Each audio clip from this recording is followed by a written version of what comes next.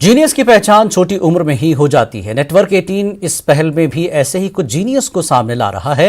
Network 18 की खास पेशकश बायजूस यंग जीनियस में इस बार हमारे साथ जुड़े हैं राजकुमार राव इन बच्चों की हौसला अफजाई करने के लिए। देखना ना भूलें बायजूस यंग जीनियस 6 फरवरी को रात 9 बजे।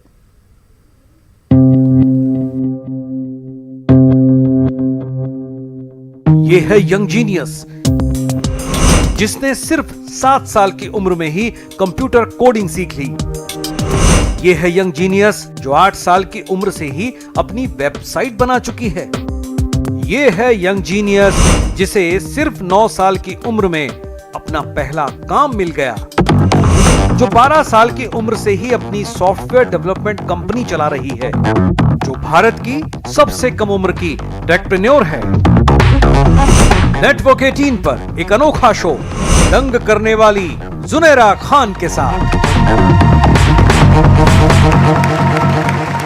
आइए बैठिए। 13 साल में आप सीईओ कैसे बन गई? मैं एक्चुअली 7 इयर्स से कोडिंग शुरू कर दिया। Then from the age of 8 मेरा फर्स्ट प्रोजेक्ट था zunairasolutions.com जो अब zminfocom.com है। जिसकी माँ उस वक्त हैरान रह गई जब सिर्फ 7 साल की बेटी ने कहा, माँ मुझे भी ट्रेन करो।